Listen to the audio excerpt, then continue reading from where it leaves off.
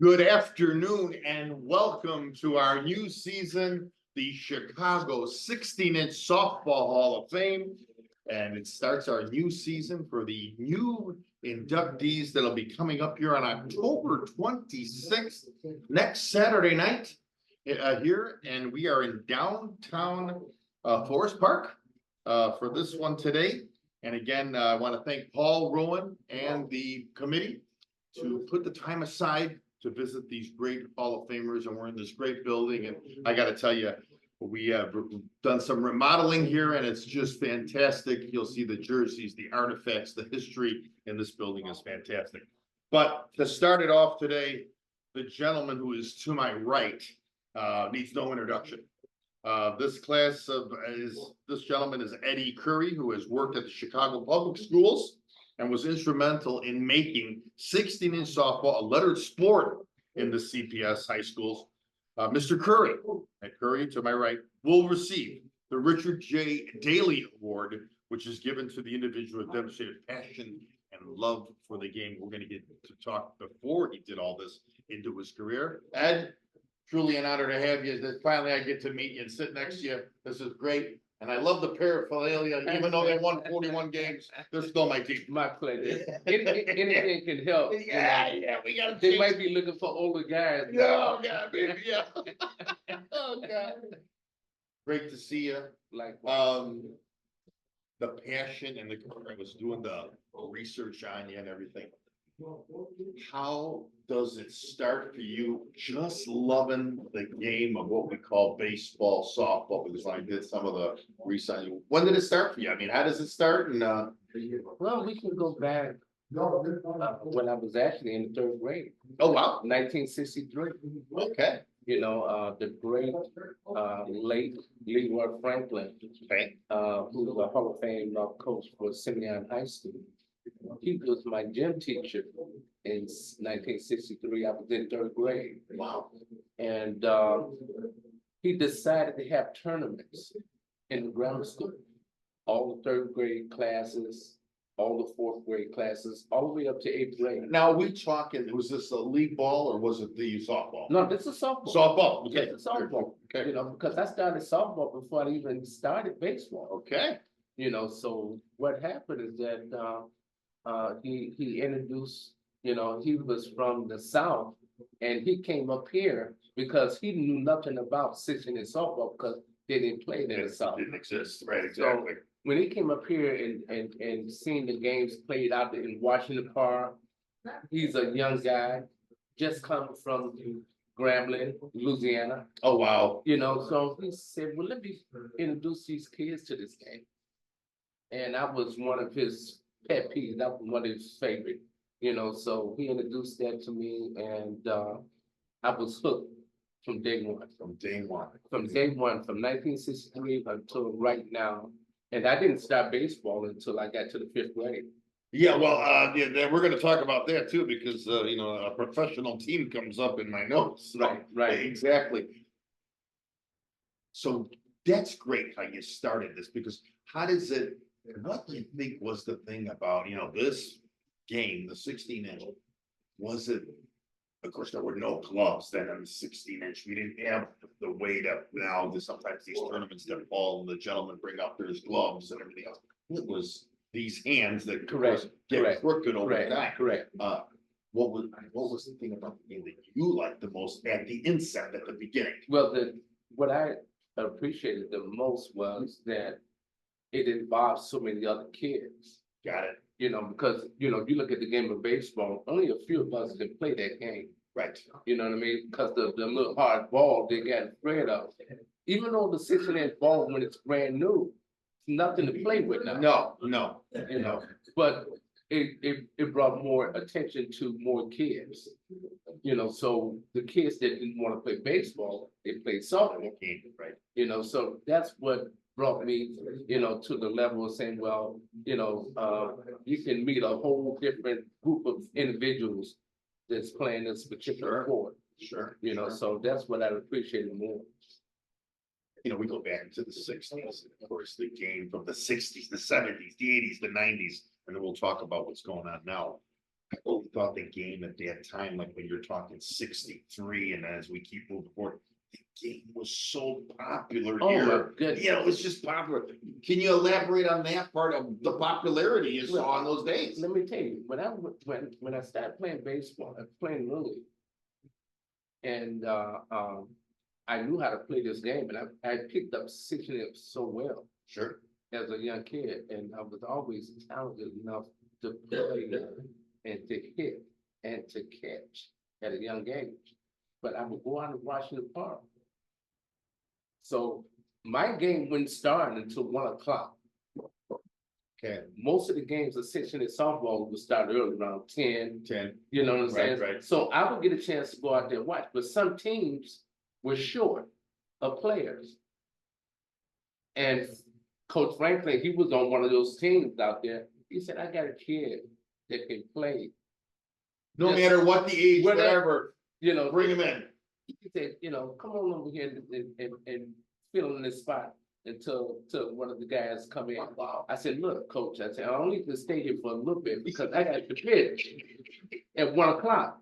Yeah. So I need time to warm up for my 1 o'clock game. And were you involved with a lot of older guys at that time? Oh, yeah. Yeah. Oh, yeah. Guys don't have to be my father. Oh, geez. Yeah. I probably thought, okay, who's that little kid? You know? We were gonna run him out of town, You know, right? Yeah. and the coach said, but just close your eyes on the drinking and drinking a little beer here and there, Yeah. We don't pay any attention to that. I said, Coach, I'm just here to help you out. To help you out, right, exactly. Right. Wow, fantastic. Right.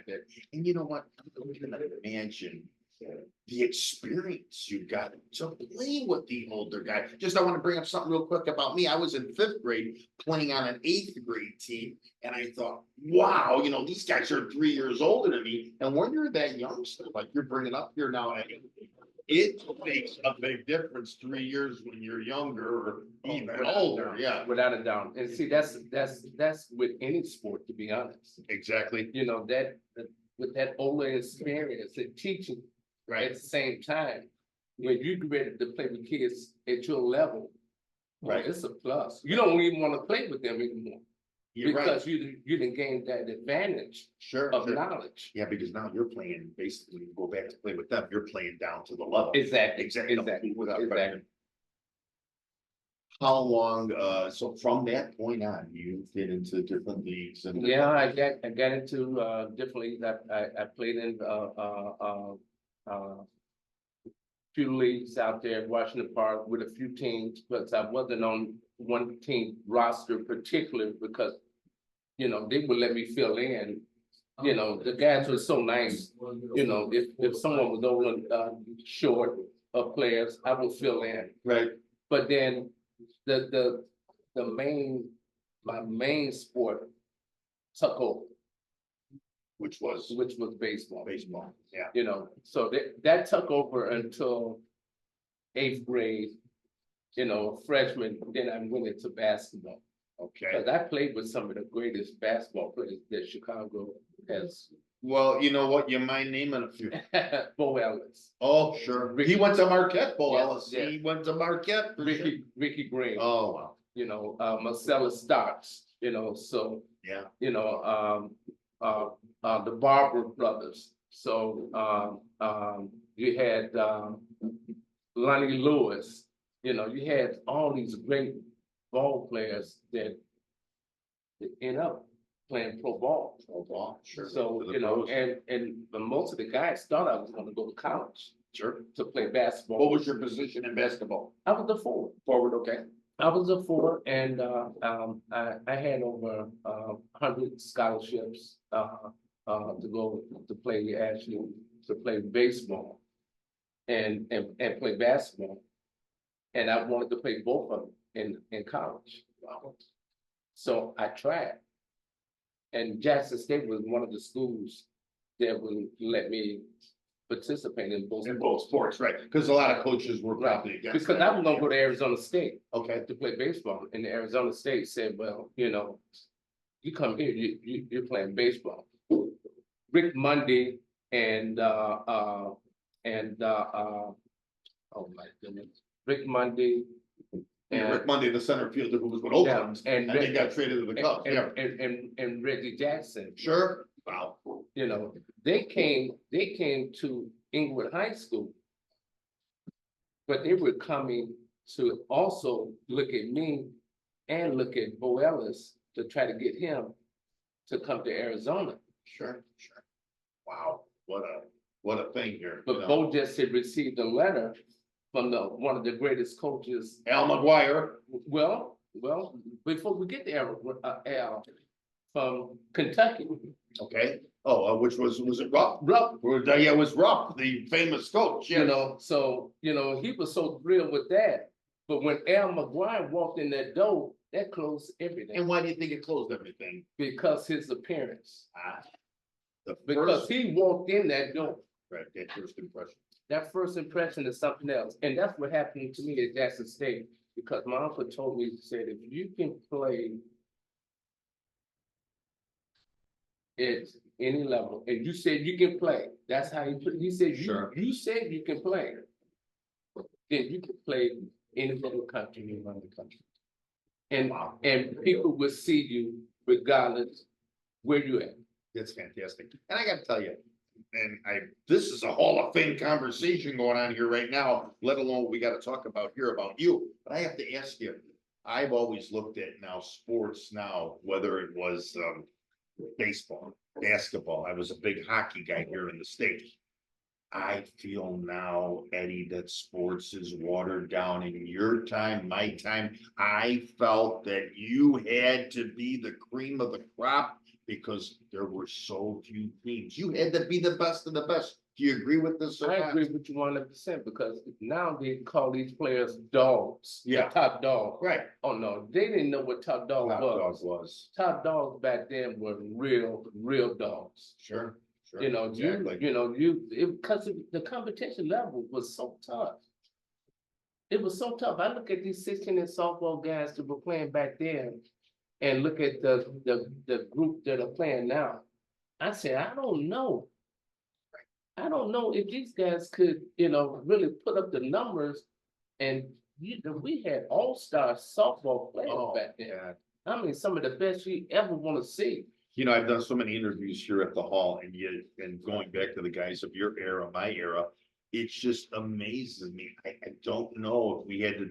I know it's hard to compare eras, but like you just said, it is amazing. I don't think that athlete of today could have played with you guys. Not in the day in and day out. I doubt it. I doubt it. I know because see those guys back there, they hit the ball where you ain't. Right. Right. Yeah. These guys today, you pitch it and they can't control that bat and that ball like those guys back then. You put a shift on those guys back then. Wherever that hole is open, that's where the ball is going. Right.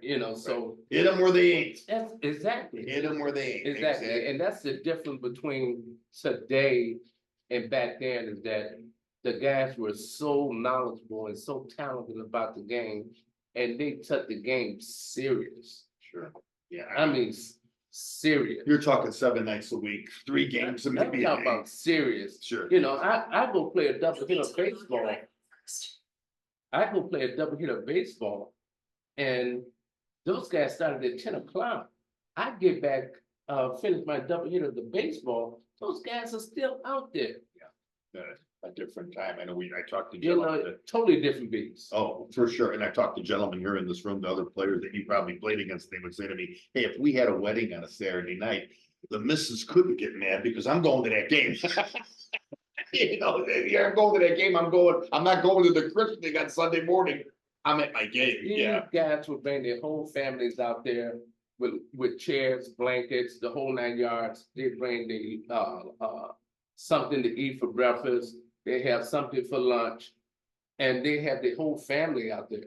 They make it a family thing out there. Sure. And that's another thing that this game is so different from a lot of other sports, right? Because they involve the family.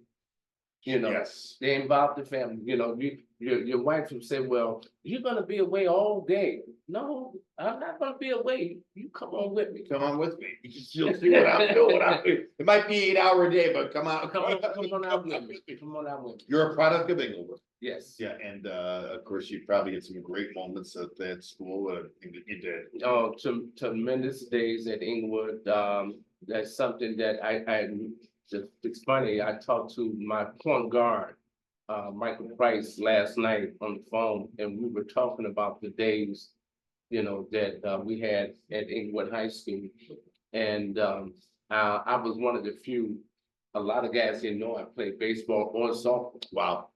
Because what I did is that all my friends were basketball players. Sure. You know, they didn't play other sports. Other sports. So what I did is that I played basketball in the evenings, Okay.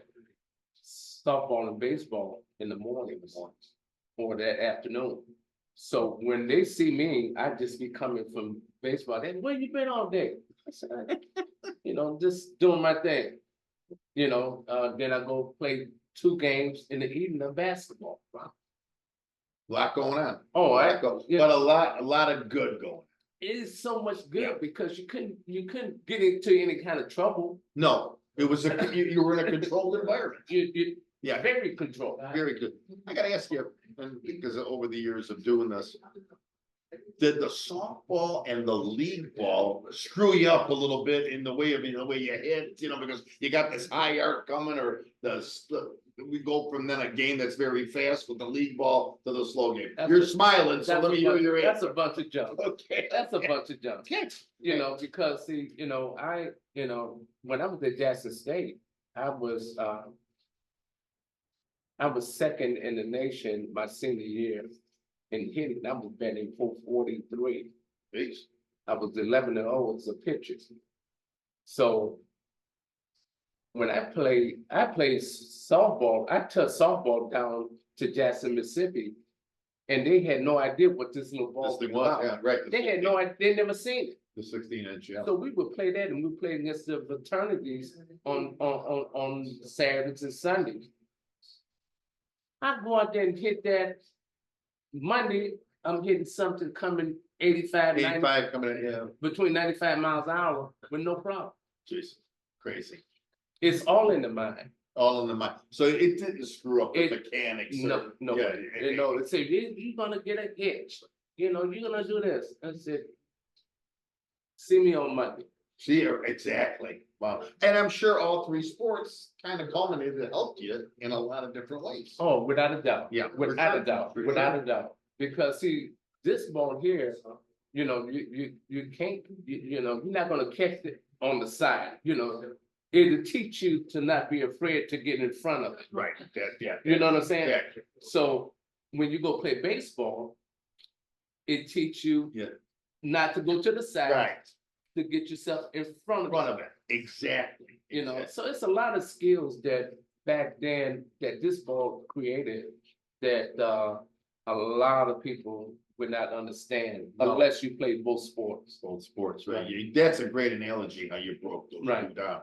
So the baseball comes calling, the league ball comes. When do you get noticed for that? Were you noticed at the high school level, and then all of a sudden now? My junior year. Junior year. Yeah, my junior year, I went to training. They had a summer skill camp that the White Sox and Cubs had for the summer.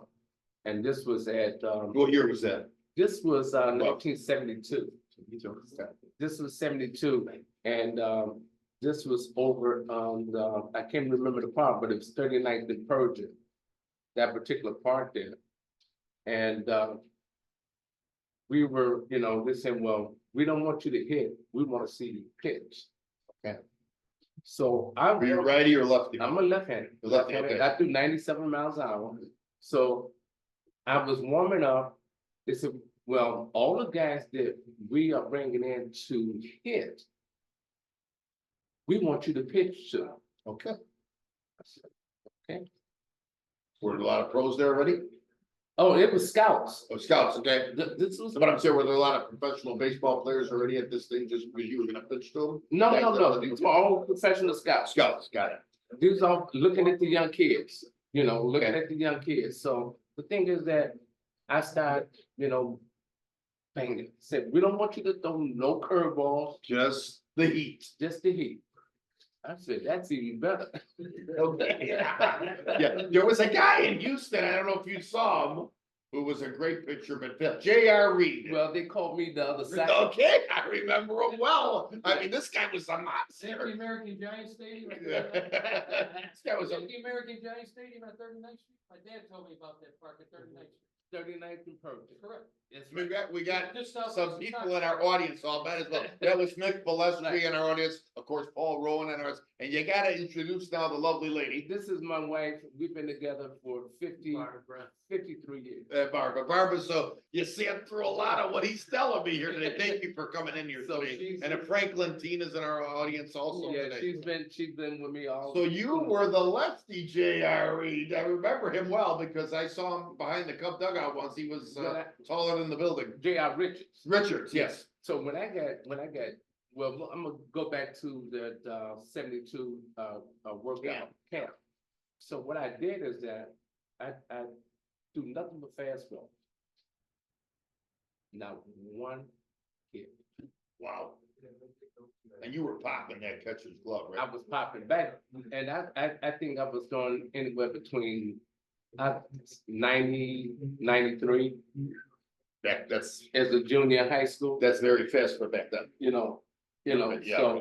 So and when I got to Jackson State, I picked up at a few miles, I picked up 7 additional miles and I clocked in 97.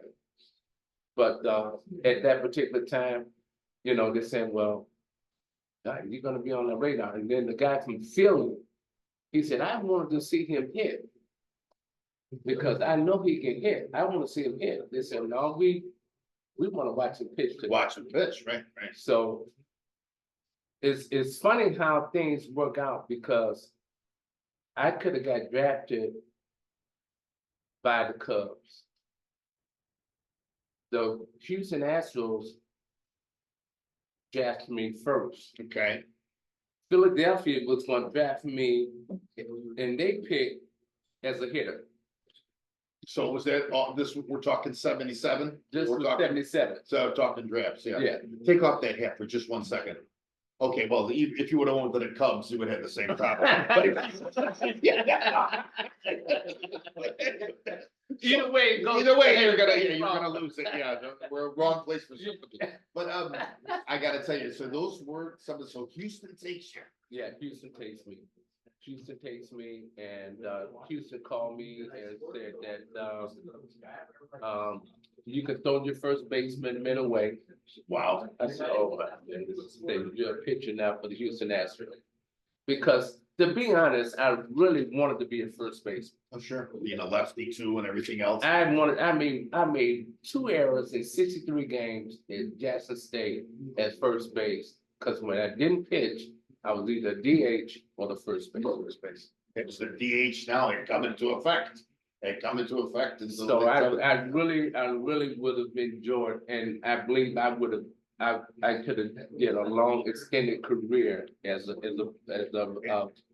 So now, Eddie, where did they take you down to AA or A or? No, I went to rookie ball. I was in Cocoa Beach in Florida. Okay. And my first game was against Atlanta, beat them 11-1. The Atlanta Braves. 11-1. And I ended up making the rookie all-star team for that particular year. So you were facing a lot. No, I knew things were about to happen. Sure. I can feel it in my bones. So then I go up to AAA in Oklahoma, and I never forget it. It's some felt funny. And then they sent me to go see a doctor in Columbus, Georgia. Okay. And they cut me up good. And what was this? This was, You mean what year? No, what? Oh, no, this is the Tommy John surgery. Oh, yeah, the Tommy John. Okay, Yeah. oh, there it is. Yeah. And now we'll tell our audience, this Tommy John was new. Oh, yeah, Because Tommy John, the athlete himself, had just had he it. just had it. He had just had it. He Tommy just had John, when he, He was yeah, the first to recover from that. right. That was right after the Dick Allen trade. He was Yeah. the first to recover that. Exactly. Now today, if you get a Tommy John, it's about like this. Yeah. And I think I don't know if the doctor was Jacobs, I forget the. I can't remember his name. Yeah. Yeah, but. But it was named after, but John was there, they took the one tendon out of the Exactly. other arm. Exactly. And put it in the, yeah, Exactly, unbelievable. and then they called it the Tommy John surgery. So that was it then? That was it, and the good thing about it is that, you know, like my mom always, she told me, when I was coming home, she said, you make the best choice not to go in the draft before your senior year. Right. Cause I got my degree. Right, exactly, okay, right. So I went to Jackson State, and I promised my wife, I said, I'm not gonna spend any summers going to summer schools. I said, whatever amount of classes I need to take, Sure. I said, whatever I need to do, I'm coming out of there in 4 years. I'm not going, I said, my summer is gonna be home with you. Great. So I'm not gonna do any summer. So I took 19 hours. Did you notice, going back to elaborate on the surgery, did you notice a big difference in the arm? Oh, yeah. Yeah, there wasn't the power anymore. You know, if you really wanna know the truth, I have not picked up a baseball to really test it today to see if that ever recovered Got it. or anything. Never, I've been afraid to do so. Sure. Now, I would, I'd throw it, I throw it around. I even went into 12-inch softball, played in the league in that. Overpowered that league. Right. I came back and played some more season, but I never really put that oomph to it. Oof to it, right, like you had to when you Right, were pitching right. 93 miles an hour. What did you play in softball? What position? Oh, center field, first base. Okay. You So, know, I mean, anything in the outfield. right, And I so played if first you were base. throwing it, you really weren't hopping it. No, because see, it's a different pop. Yeah, exactly, it is with this ball. Yeah, it's a different pop. I gotta tell you, I know we could go on to talk about this, the baseball career is fantastic. I mean, to have that opportunity in life that we all dream about as Right. young men, young women. We all dream about playing and getting looked at, how good you have to be and how you broke this down. But the big thing about it here is, well, what you've done here in Chicago. And now this is like a second passion. Yeah, How did you get to this stuff? I mean, you're the model of the city of Chicago for the public schools. Well, what What made you go into this? Paul Balance Okay, was over at Chicago Public Schools, and he sent out he was sending out messages all through the city that he was trying to get men back into the school system. I was working when I got out of baseball. One of the owners were real high up partnership with General Motors. okay, So I ended up going to GMAC, and I ended up being an auditor for GMAC for 10 years. General Motors, right, yeah. I was the auditor. I would go around to I closed down Long Chevrolet. Okay, out now, Yes, right, I was part of that party. Went in there that morning, said, turn your keys over. there was a lot of. Yeah, it was Hanky a lot of panky hanky going on there. So yeah, I was part of that process there.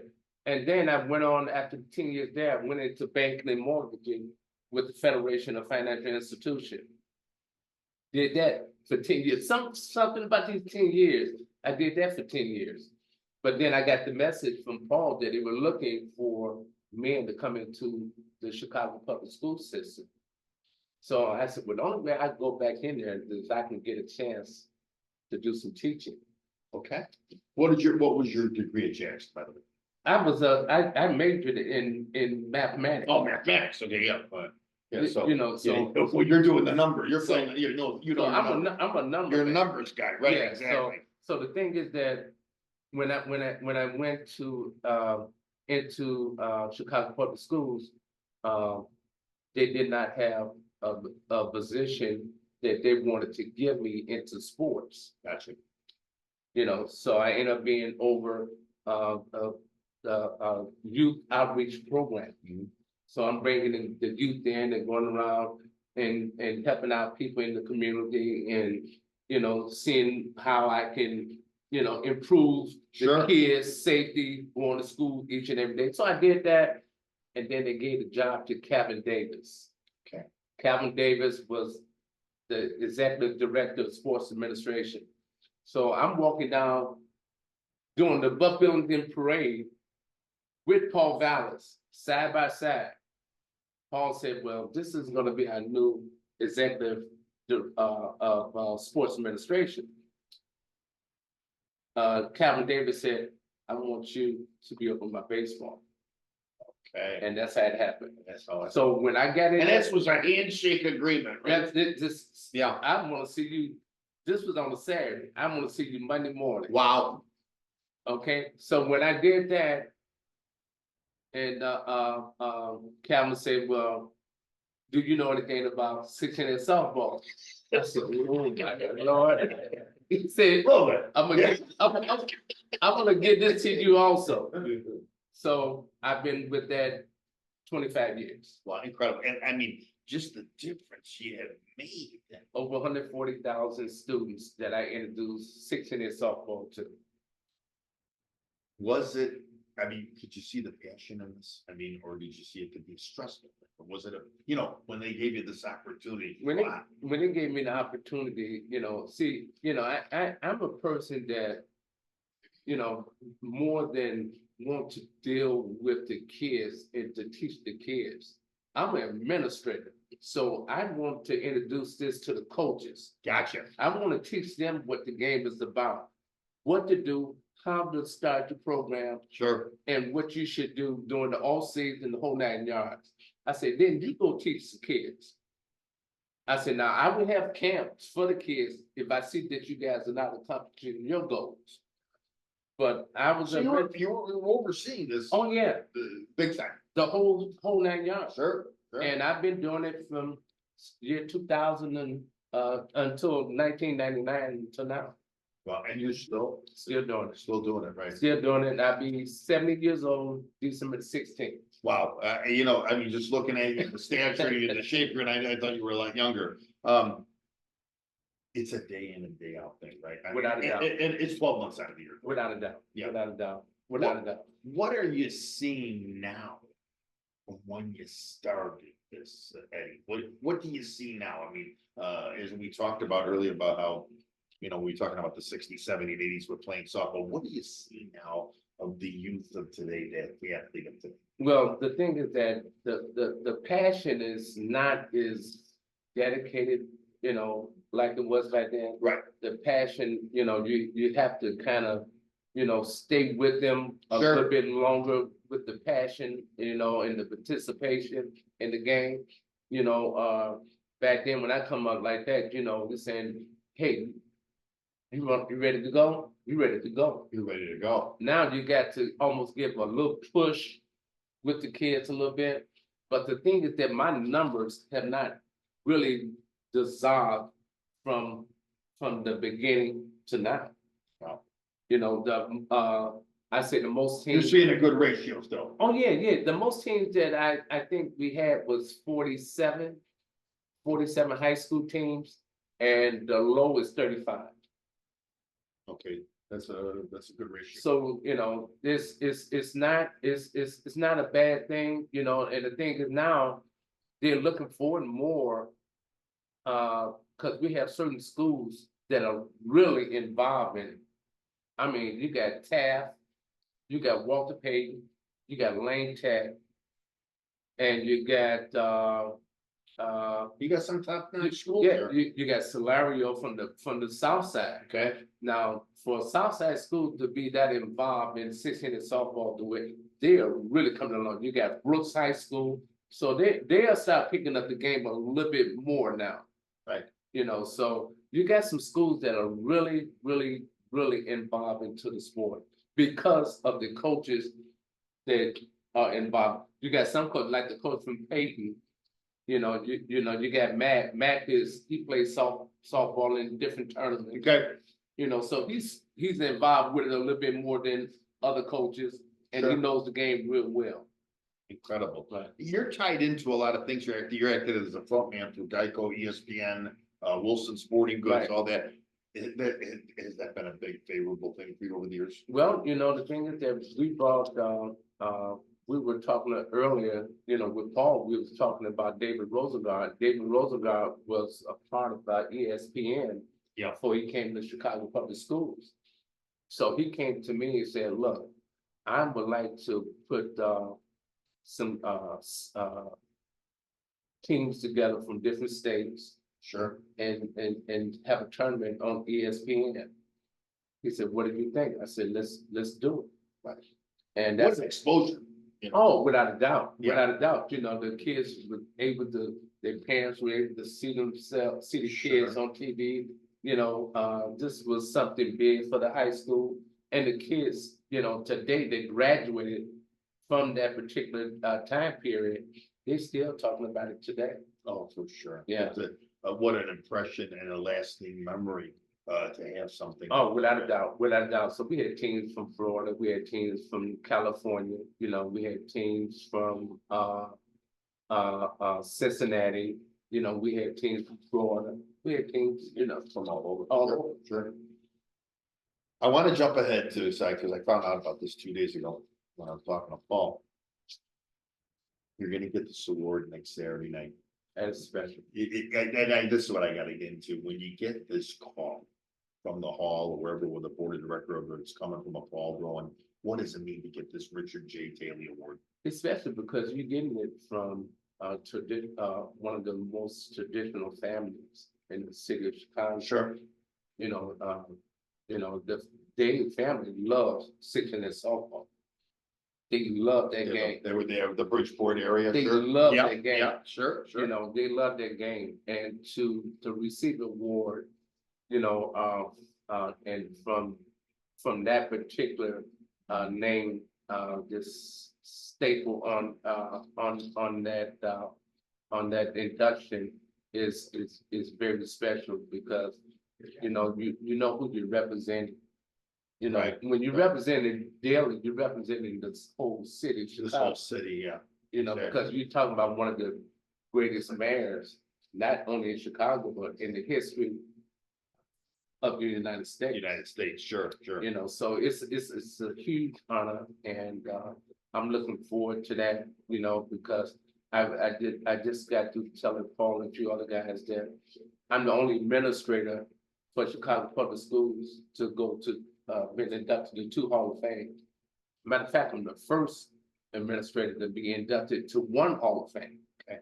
But I've been inducted to the Baseball Hall of Fame. Yeah, I was just gonna, Yeah. if you wanna hold that up, this is from where again, Eddie? Yeah, this is inducted to the state of Illinois Baseball Hall of Oh, Fame. that's fantastic. What a beautiful ring. Yeah, Beautiful. and this is for this year for 16 and softball. 16 in softball, two beautiful rings. I was looking at those Yeah. things. It's like, wow, it's just beautiful. And you have been wearing those rings. Oh, yeah, Right, A lot of yeah. pride, and the thing is that, you know, you might as well wear them now because, you know, I'm 70 years old. You don't want nothing to sit around, I don't want to sit around and get dust on me. Yeah, it's Barbara's job to wipe off the dust. No, You know, I gotta tell you, this has been just truly something that, and when I saw the rings, I thought they were championship rings, but Right. wearing those rings, Right. memory and Right. everything else. Right. All right. I'm doing something new this year, so I was gonna do a 2-question thing, so I'm gonna do 2 questions. Will you Sure. do something? You know, sure. Hey, John, could I interject? Oh, yes, Paul Rowan, yes. Just real quick, what I wanna let everybody know is that, Eddie and I have talked, and we're putting a committee together, we're all gonna work in partnership to make 16 in softball a state tournament. We're gonna make it an IHSA sport, we're gonna work together and make that. That is happen. fantastic. Working So, together with that's. Oh, yeah, because Thank you, Yeah. Paul, for. Yeah, we wanna make sure people know, we're gonna be looking for some political support Yes, for anybody yes. out there listening. You hear it to our audience. right, and we're looking for all these suburban schools, Okay, to get your act together and, The Catholic League. Catholic League, I'm gonna work on the you Catholic know, League. so We're gonna get people we're gonna, together that we're gonna can- work hard and push it together. you know, over the last years and that, I know this has kind of had dissipated, and I know, Paul and the board here are constantly, trying to make this happen again the way it was, you know, and then someone like you, of course, when I read this, just fantastic. So this would be a great collaboration like the. President Well, Willis that, just you said. know, like I said before, you know, I'm gonna push real hard, and the only thing that's gonna hold us back in reference to the girls' participation is the budget. Okay. We just, you know, the budget is, for all over Chicago Public Schools is at a little standstill right now. So we have to be careful on Sure. what we do in reference to spending that little dollars. Yeah, of course. You know, so to bring in so many girls teams, of course, you know, you got to pay the coaches. You got to make sure that you have pay the, transportation. I have to pay all the officials because I pay all my baseball officials. I pay all my softball officials. I'm in charge of doing all of Sure. that. Okay. So it's not just throwing the Yeah, ball out throwing- there, you know, Right. I'm an administrator, so I got to make sure that the money is right also. Right, fantastic. And I hope, like what Paul and you said, this really starts to. Oh, yeah, build oh, yeah, fruition here. without doubt. The relationship that I have with Paul in the Hall of Fame has been fantastic. Yes. You know, because the guy's been so great to me, in the past of letting us play our championship games here. Sure. And we want to get back to having our championship games here because, we want the kids to get a chance to walk into the Hall of Fame building, to see what they can be part of in the future. Oh, fantastic. You know, Look around this room. Yeah, so and get the parents to come here to, you know, to see, you know, what this is all about. Sure. And you know, it's nothing like it.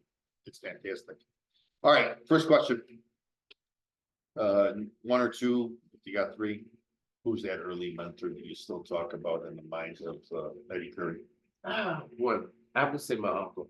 Okay. Roy Curry, you know, he, you know, the things that he did, he wasn't just a great quarterback.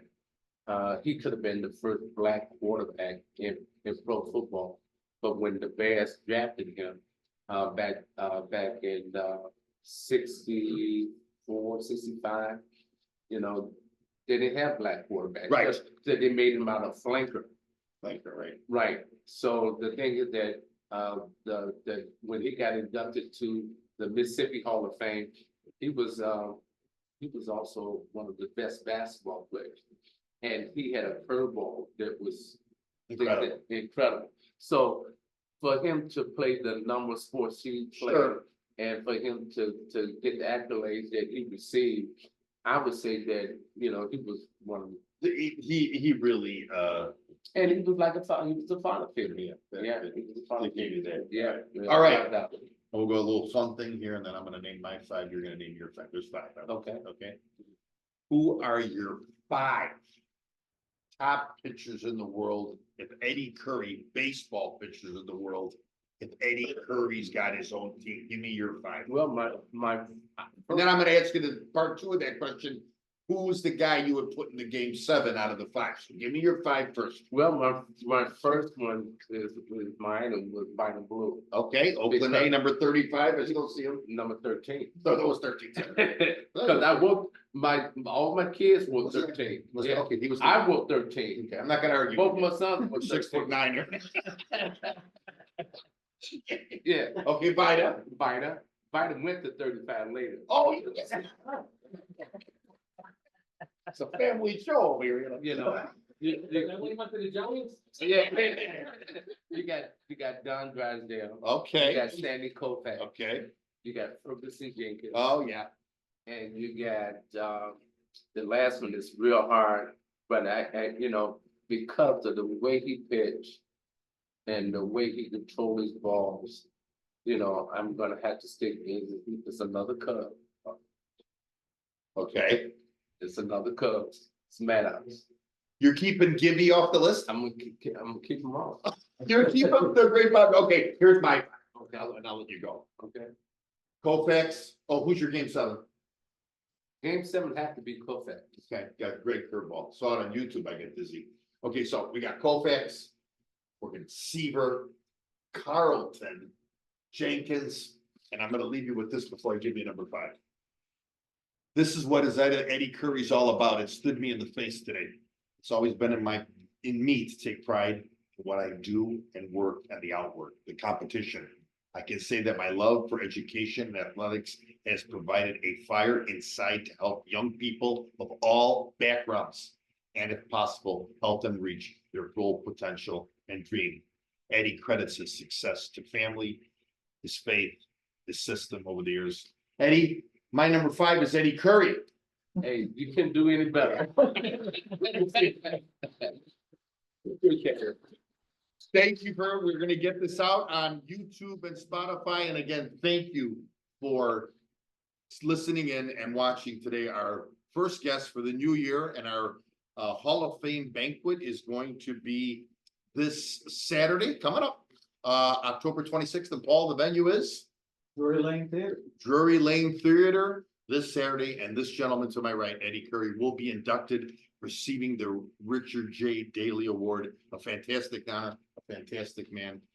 And we thank you, and we'll see you next week right back here at the Hall.